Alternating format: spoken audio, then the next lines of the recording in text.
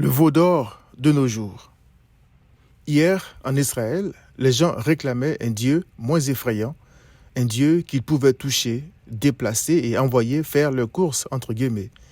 La puissance de l'Éternel, sa sainteté, sa souveraineté étaient trop pour Israël, alors le peuple s'est fait un Dieu selon son propre cœur.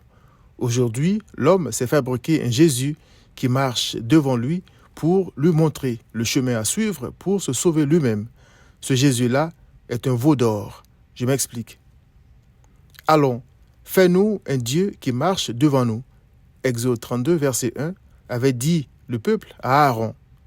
Il est pourtant dit que pendant la traversée du désert, l'Éternel était avec ce peuple à travers une colonne de nuée et de feu pour les guider et les éclairer. Exode 13, verset 21. Qu'est-ce que ces hommes réclamaient donc ? Eh bien, un compagnon de route dans leur marche vers la terre promise.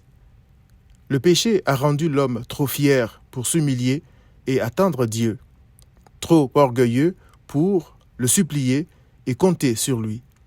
Rien n'a changé. Aujourd'hui, les gens se disent sauvés par Jésus, mais avec leur permission, car on leur a dit « Jésus veut te sauver, mais il ne peut rien faire sans ta permission. » Il ne s'agit pas du Christ qui a dit à ses disciples « Suivez-moi » Matthieu 4, 19, ni du Christ qui a ordonné à Zachée en disant « Zachée, hâte-toi de descendre, car il faut que je demeure aujourd'hui dans ta maison. » Luc 19, verset 5. Le Christ ressuscité de la Bible donne la vie à qui il veut. Jean 5, 21. À ceux qui croyaient lui résister, il a dit « Vous ne croyez pas parce que vous n'êtes pas de mes brebis. Mes brebis entendent ma voix, je les connais et elles me suivent. Je leur donne la vie éternelle et elles ne périront jamais et personne ne les ravira de ma main. » Jean 10, 26 à 28. Il a aussi dit « Je vous le dis en vérité, si vous ne vous convertissez et si vous ne devenez comme les petits-enfants, c'est-à-dire humbles, vous n'entrerez pas dans le royaume des cieux. » Matthieu 18, verset 3. Le vrai Christ sauve par le moyen de la foi qu'il donne aux pécheurs à travers sa parole.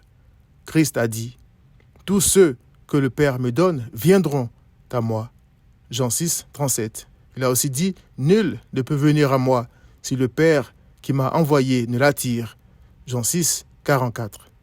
Ce Christ-là n'est pas un guide spirituel, mais le Sauveur.